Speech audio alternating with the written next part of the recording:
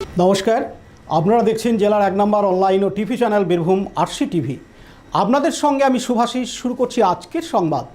বিস্তারিত সংবাদে যাওয়ার আগে দেখে নেব সংবাদ শিরোনাম।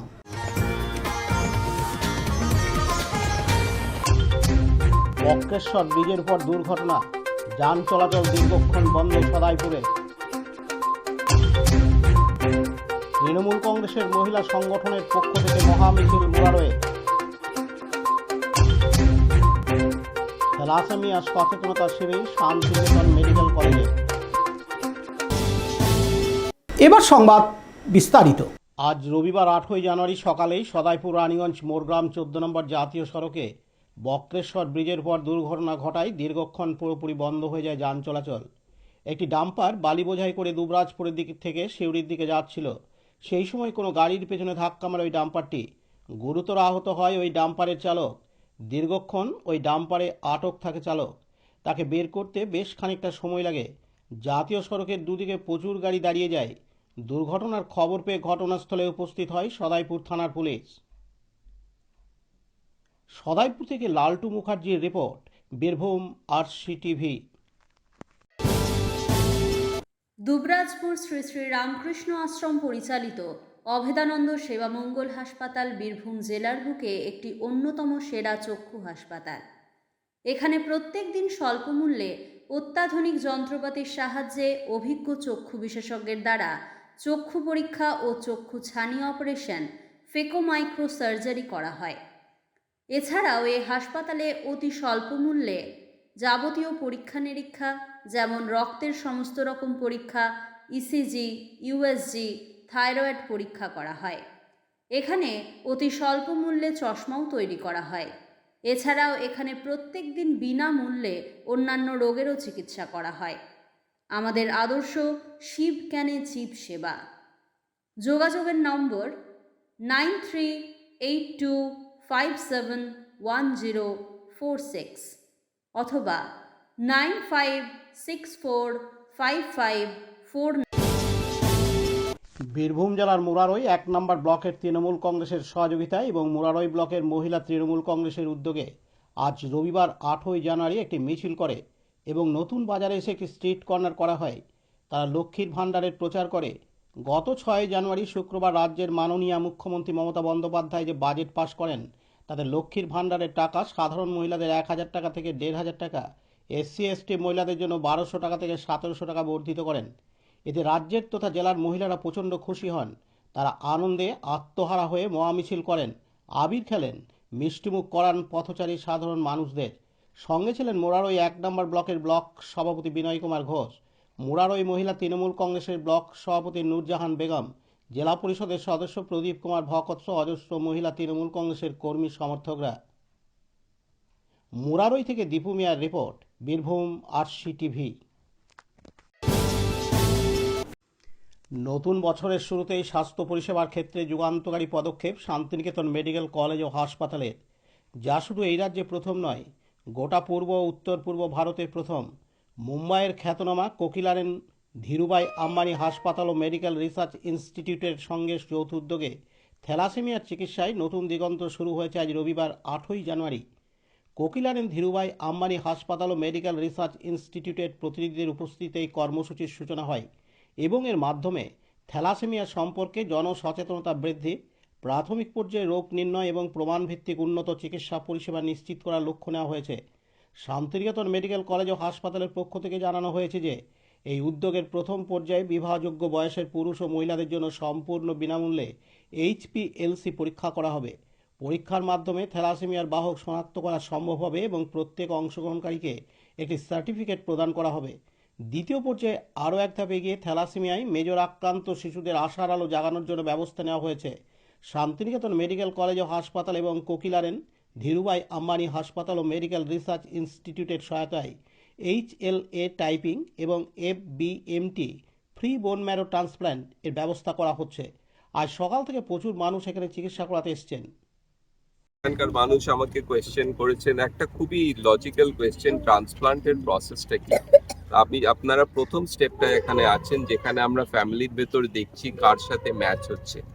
যখন আমরা দেখব কারোর সাথে ভাই হোক, বোন হোক, বাবা হোক, মা হোক, তার সাথে আমরা যখন 100% ম্যাচটা পাবো, তখন নেক্সট স্টেপে আমাকে সেই ডেটাটা, সেই ম্যাচের রিপোর্টটা আমাকে সেন্ট্রাল গভর্নমেন্টে পাঠাতে হবে আপনার হয়ে।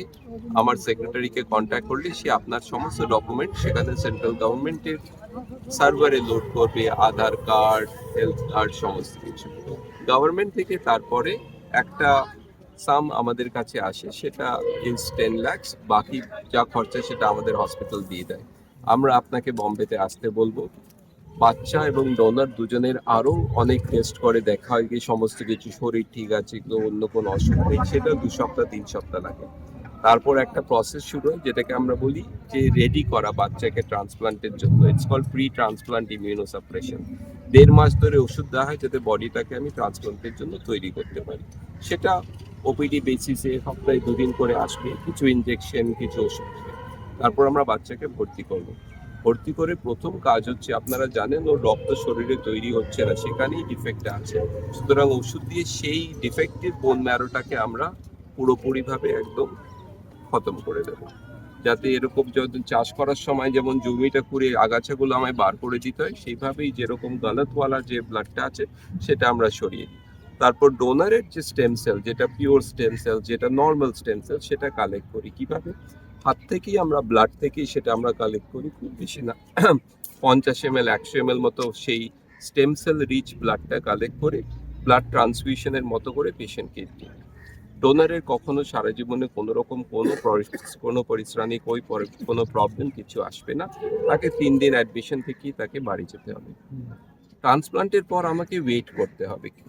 আমি আপনাকে বলছিলাম যে এটা যেমন জমিতে যেমন আমি আগাছা সরিয়ে দিলাম, ট্রান্সপ্লান্টে আমি বীজটা বদলাম, তারপরেও সেটা গ্রো করতে হবে। It has to grow. সেই গ্রোয়িং যে স্টেম সেলগুলো গ্রো করতে 2 সপ্তাহ মতো সময় লাগে, তারপর সেলগুলো বাড়তে থাকে।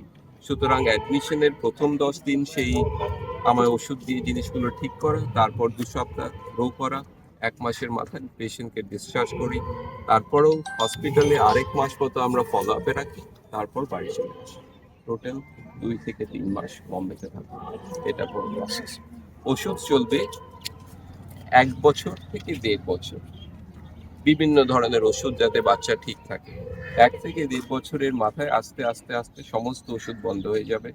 এরকম না যে কিডনি ট্রান্সপ্লান্টের পেশেন্টের সারা জীবন ওষুধ চলে, লিভার ট্রান্সপ্লান্টের পেশেন্টের সারা জীবন, তা না। বোন ম্যারো ট্রান্সপ্লান্টের পেশেন্টদের আমরা বেশিরভাগই 1 বছর থেকে 1.5 বছর মতো ওষুধ বন্ধ করে দিই। তারপর যেরকম ব্লাড ট্রান্সফিউশন তো লাগবে না, খাওয়াতে এটা দিতে পারো, এটা দিতে পারো না, এই সব কিছু চলে যাবে। স্কুল যাওয়া, খেলা, সমস্ত লাইফ একদম নর্মাল ভাবে চলবে। কোনো কিছুতে ফেরত তাকাতে হবে না। থ্যালাসেমিয়ার বাচ্চার ওজন, হাইট অত বেশি হয় না, হাইটটা বাড়া শুরু হয়ে যাবে। আমরা সেটা এই বছরে আমরা এটা ইন্টারন্যাশনাল পেপারে পাবলিশ করেছি যে ট্রান্সপ্লান্টের পর বাচ্চাদের গ্রোথ আর হাইট নর্মাল হয়ে যায়। বাচ্চাদের সমস্ত কিছু, স্কুলে যাবে, কলেজে যাবে, কাজ করবে, ট্যাক্স পে করবে, সমস্ত কিছু নর্মাল। বলছি স্যার, অ্যাডমিশন করানোর পর যে ওষুধ টষুধ ওগুলা কি মানে আপনার কোনো যদি 100% ম্যাচ হয়, কোনো ওষুধ, কোনো ট্রিটমেন্ট, কোনো হাতে লাইন, ক্যানুলা, এক্স-রে, 3 মাস বোম্বাই সঙ্গে থাকতে হবে আমরা?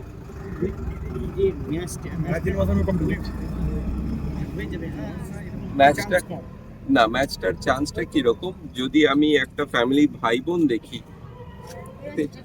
পেশেন্ট আর ভাই বোন, কটা ভাই বোন? এরা দুটো ভাই। হুম, আচ্ছা। তো এরকম যদি ফ্যামিলি হয়, একজন পেশেন্ট আছে, তার একজন বড় ভাই আছে, তাহলে আমরা অ্যাবাউট 20% 30% কেসে দেখি ফুল ম্যাচ আছে। বাবা মার সাথে ম্যাচ করি, বাবা মার সাথে ম্যাচ করা হয় কারণ কিছু কিছু ফ্যামিলিতে আপনারা হাজবেন্ড ওয়াইফ, আপনারা কি একই ফ্যামিলির ভেতর শাদী হয়েছে এরকম কিছু? রিস্তার মধ্যে না, যদি রিস্তার ভেতরে শাদী হয় তাহলে বাবা মার সাথেও 30% 40% ফুল ম্যাচ হওয়ার চান্স আছে। যদি রিস্তার বাইরে শাদী হয়, যেটা অন্যদের হয়, সেখানে 5% কেস। সবার হয় না, কিন্তু মাঝে মাঝে আমরা পাই। সবার ক্ষেত্রে না। হ্যাঁ, যেমন আজ অব্দি আমরা যেরকম এই 400-500 পেশেন্টের ট্রান্সপ্লান্ট করেছি, তার ভেতর 100-150 হচ্ছে স্ট্রেট ফরওয়ার্ড 50% ম্যাচ। সেটাও আজকাল সম্ভব, কিন্তু যেটা আমি বলেছিলাম আপনাকে, 50% ম্যাচে এরকম ফান্ডিং এর পুরো অবস্থাটা নেই। সেটাতেও সমান ভালোভাবে চিকিৎসা হয়, সমান ঠিক হয়, কিন্তু তাতে খরচা অলমোস্ট 30 লাখ টাকার উপরে খরচা। 50% হলো আমাকে হ্যাঁ। বলেছিল। হুম মালদায় আমি দেখেছিলাম, হুম সিদ্ধার্থ শঙ্কর হুম। প্রভু সিদ্ধার্থ শঙ্কর ভাই বলেছিল ওই খরচাটা কি 40 লাখ টাকা। পেরেন্টসরা করবে? ওই খরচাটা প্যারেন্টসের করতে হবে। তবে আমরা হেল্প করি যে কোথায় সেন্ট্রাল গভর্নমেন্টের কোন অর্গানাইজেশনের কাছে আপনি এই আবেদন করতে পারেন আর্থিক হেল্পের জন্য, আর্থিক সহায়তার জন্য, সেটাতেও অনেকে হেল্প করে। 100% হলে আপনার খরচা নেই, 50%ও চিকিৎসা আছে, সেখানে খরচাটা আপনাকে একটু দৌড়ে আগে পিছু করে করতে হবে। 80% 90% হলে একই সেম 50%, 80%, 90% একই, 100 এ 100 100-এ 100 সাকসেস রেট এখন খুবই ভালো। আমাদের গত 1 বছরে আমাদের কোনো রকম গ্রাফ ফেলিয়ার হয়নি। আমাদের মর্টালিটি যে রিস্ক বলি সেটাও খুব কম, কিন্তু রিস্কটা নিয়ে না আমরা কখনো কিছু বলতে পারি না, কারণ এখানটায় ভগবানের হাত।